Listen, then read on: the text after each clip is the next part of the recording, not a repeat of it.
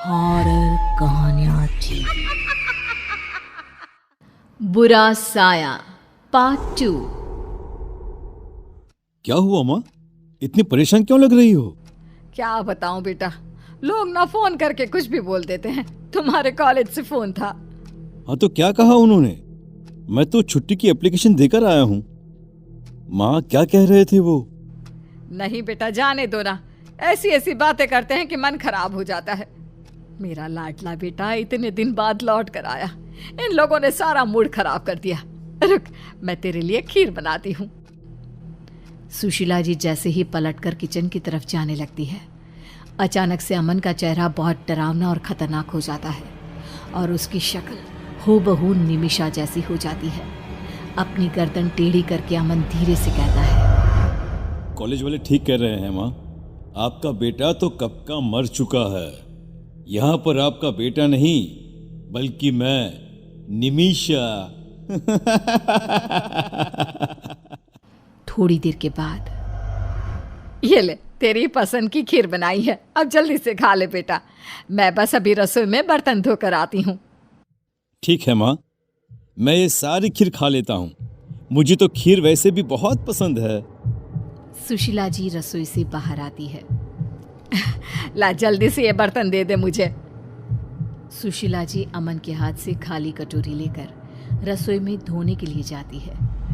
तभी उनकी नज़र कटोरी पर पड़ती है। उसमें बची हुई चावल लाल हो चुकी थी। अरे ये क्या, मैंने तो अमन को खीर खाने के लिए दी थी, लेकिन खीर के बचे हुए 2-4 चावल लाल रंग के कैसे हो गए? कहीं अमन के मुंह में कोई चोट तो नहीं लगी? सुशीला जी दौड़कर रसोई से बाहर आती है, लेकिन वो देखती है कि अमन वहां पर नहीं था। सुशीला जी उसके कमरे में जाती है। अमन बिस्तर पर चादर ओढ़कर लेटा हुआ था। लगता है बहुत थक गया है, नींद आ गई है। ऐसे भी डिस्टर्ब करना ठीक नहीं, बाद में पूछ लूंगी। लेकिन फिर भी चावल ऐसे लाल कैसे हो गए? मेरी तो कुछ समझ में नहीं आ रहा। अगली सुबह जब सुशीला जी अमन के कमरे की तरफ जाती है तो उनकी नज़र बिस्तर से नीचे लटक रहे लंबे बालों पर पड़ती है। हे भगवान, ये क्या है? अमन के कमरे में किसी लड़की के लंबे लंबे बाल? ये कौन है? अमन! क्या हुआ माँ? अरे इतनी जोर से चिल्ला क्यों रही हो? अभी यहाँ तुम्हारे बिस्तर पर किसी लड़की के लंबे लंबे बाल थे, बेड से नीचे लटक रहे थे बेटा। माँ, आपने जरूर कोई बुरा सपना देखा होगा। ऐसा तो कुछ भी नहीं है। यहाँ पर तो मैं हूँ, देखिए, और कोई नहीं है मेरे अलावा। पता नहीं बेटा क्या हो रहा है। तेरे कॉलेज वालों ने जब से बताया है कि आपका बेटा मर चुका है, तब से बहुत डर गई हूँ। मैं कल से बस वही सब सोचने में लगी हुई थी, शायद इसलिए मुझे ऐसा लगा होगा। तो असली बात ये है, इसलिए आप इतनी परेशान हैं। माँ, मैं बिल्कुल ठीक हूँ, कुछ नहीं हुआ मुझे। भगवान तुझे हमेशा खुश रखे बेटा। पूरा दिन निकल जाता है। रात को लगभग 10 बजे सुशीला जी के मोहल्ले में जोर जोर से शोर मचने लगता है। सुशीला जी घर से बाहर निकल कर आती हैं। अरे क्या हुआ? आप लोग इतना चिल्ला क्यों रहे हैं? अरे गजब हो गया, हमारे पड़ोस में रहने वाला महेश है ना, किसी ने उसे जान से मार दिया। अरे ऐसे कैसे? लेकिन इससे पहले तो कभी इस तरह की कोई घटना नहीं हुई। किसने मारा और कहाँ मारा महेश को? अरे सुशीला बहन, गर्दन काट कर खा गया है कोई। ऐसा लगता है जैसे किसी भेड़िए का काम है। भेड़िया? इंसानों की बस्ती में भेड़िया क्या करने के लिए आएगा? ये आप कैसी बातें कर रहे हैं भाई साहब? अरे सुशीला जी वो सही कह रहा है, खिड़की दरवाजे अच्छे से बंद करके सोइए। भगवान जाने कौन सी आफत आई है अब। जानती है, महेश के शरीर का सारा खून पी लिया था उस भेड़िए ने। सूखा कंकाल पड़ा मिला है। अभी थोड़ी देर पहले तो मैंने उसे देखा था, लगभग 8 बजे के आसपास दुकान से लौट कर आ रहा था और उसके बाद अपने ही घर के बाहर इस हालत में मिला है। भगवान भला करे, ऐसा कौन हत्यारा आ गया हमारे मोहल्ले में? अच्छे से दरवाजा बंद करके सो जाती हूँ। माँ, आपको डरने की कोई जरूरत नहीं है, मैं हूं ना आपके पास। अच्छा ठीक है बेटा, तू अपने कमरे में जाकर सो जा, मैं भी जाकर सो जाती हूँ। सुशीला जी डर के मारे अपने कमरे में जाकर चुपचाप सो जाती है। अगली सुबह जल्दी उठती है और घर के काम करने लगती है। अमन अभी तक अपने कमरे में सोया हुआ था। सुशीला जी कपड़े धोने लगती है और तभी अचानक उनकी नजर अमन की शर्ट पर लगे खून के धब्बों पर पड़ती है। ये आजकल क्या हो रहा है? कहीं अमन को कोई बीमारी तो नहीं हो गई? पहले उसकी कटोरी में खून था और अब उसकी शर्ट पर खून के धब्बे लगे हुए हैं। आखिर बात क्या है? जाकर देखती हूँ। सुशीला जी चुपचाप अमन के कमरे की तरफ गई। उन्होंने देखा कि बेड पर कोई लड़की थी जिसके लंबे लंबे बाल लहरा रहे थे। उसका चेहरा दूसरी तरफ था। ये देखकर सुशीला जी बुरी तरह से डर जाती हैं। कौन हो तुम? कौन हो? और यहाँ मेरे बेटे के कमरे में क्या कर रही हो? तभी अचानक से वो लड़की पलट कर देखती है। वो लड़की और कोई नहीं बल्कि निमिषा थी, लेकिन आवाज अमन जैसी थी। निमिषा अमन की आवाज में बात करती है। क्या हुआ माँ?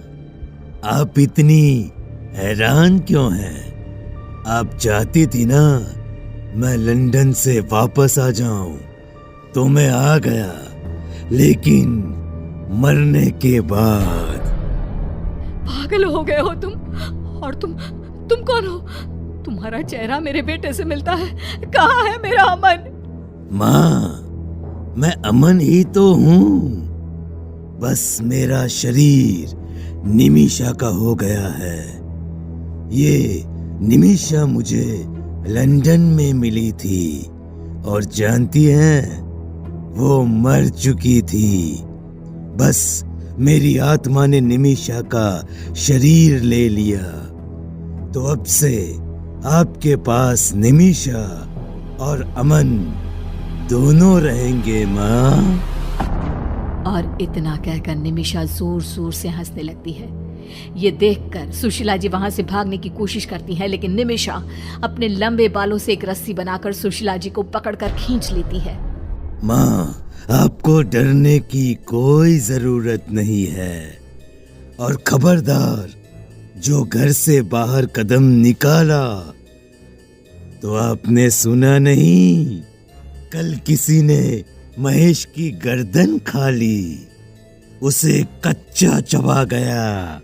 जानती हूँ, अच्छी तरह जानती हूँ, लेकिन मैं अपने आप को बचा लूंगी। कुछ नहीं होगा मुझे। महेश की किसी से दुश्मनी होगी, इसलिए उसके साथ ऐसा हुआ होगा। नहीं माँ, किसी के साथ दुश्मनी नहीं थी, बस मुझे बहुत प्यास लगी थी और मुझे किसी का खून पीना था, इसीलिए ये काम मैंने ही किया है। क्या तुमने? मतलब वो भेड़िया कोई और नहीं बल्कि तुम? हाँ, भेड़िया कोई और नहीं बल्कि मैं हूँ। और जानती हैं, मुझे अब फिर से बहुत प्यास लग रही है, खून पीने का मन कर रहा है, और आप मेरी आंखों के सामने हैं, तो मैं किसी और के पास क्यों जाऊं?